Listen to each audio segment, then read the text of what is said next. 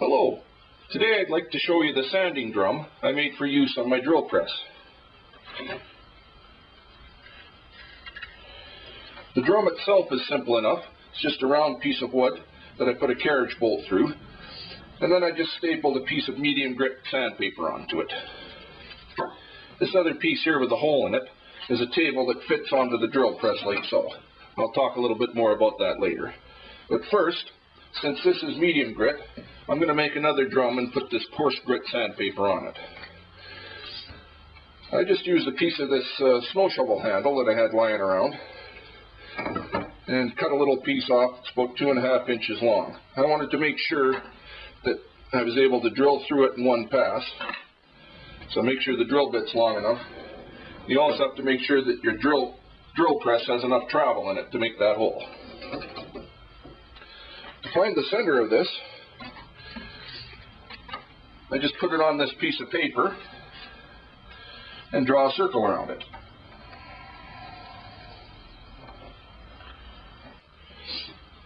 Then I cut the circle out with a pair of scissors. Then I take the circle of paper that I just cut out and I carefully fold it in half and line the edges up as best I can. Next, I fold it in half the other way. Again, lining it up as best I can.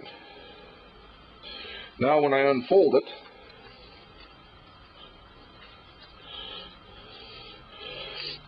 I've marked the center on this piece of paper. I can then take my piece of round wood, put this circle of paper on it, and mark the center.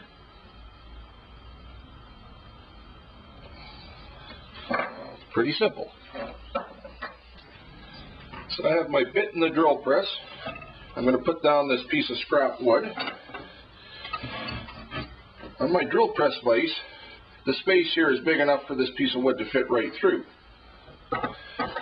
So I can put it on this board, slide it in the vise,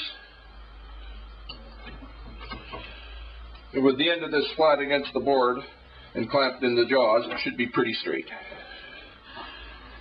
And now I just slide it over and line it up on my center mark.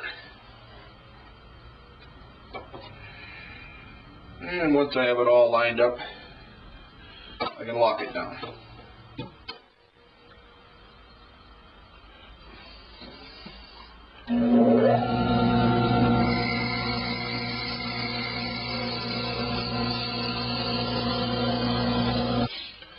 And there we have a hole straight through the middle.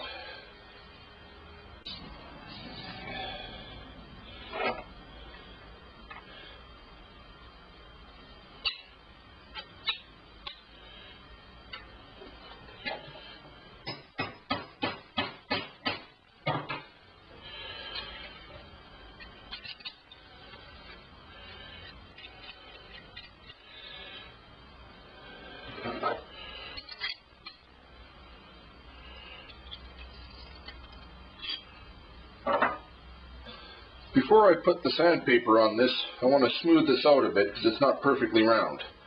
So I'm just going to put it in the chuck on the drill press. Then I can use this sanding block to smooth it out a bit.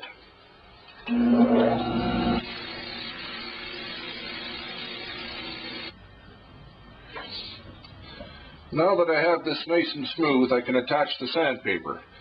Now it's very important. Since the drill press is going to spin the drum clockwise, you have to wrap the sandpaper around it counterclockwise. That's so this edge doesn't catch.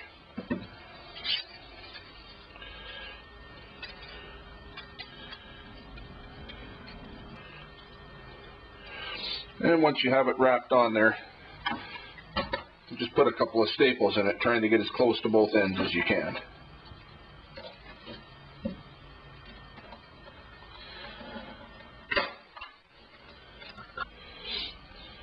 So now I have that new coarse sanding drum chucked up in the drill press. To use it, first I have to put on this table.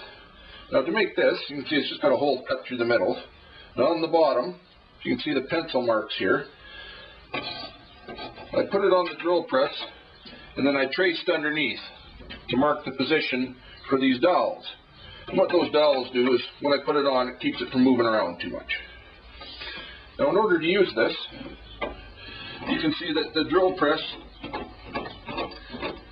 has to be raised up so that the end of the drum is below the surface of this.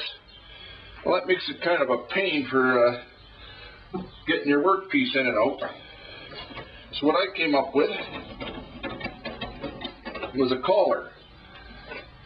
And this collar, I'm going to fit that in here on the drill press. Well, that allows me to get this table lined up, lock it in place. Now when I take the collar out, it moves up out of the way, so I can slide this piece in, bring it back down, lock the collar in, and now I'm ready to go.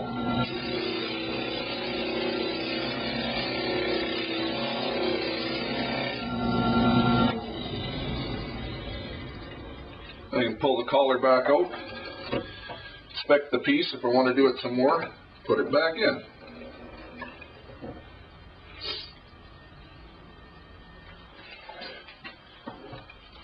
This collar, by the way, is just a piece of 1.5 inch plumbing pipe that I had lying around. I just cut it to the right length and then split it in half this way. It just happened to be the exact right size to fit on this shaft on my drill press. So the drum sander works great for sanding the inside of a circle or any kind of inside curve. And it also works good for sanding the outside of a round piece like this.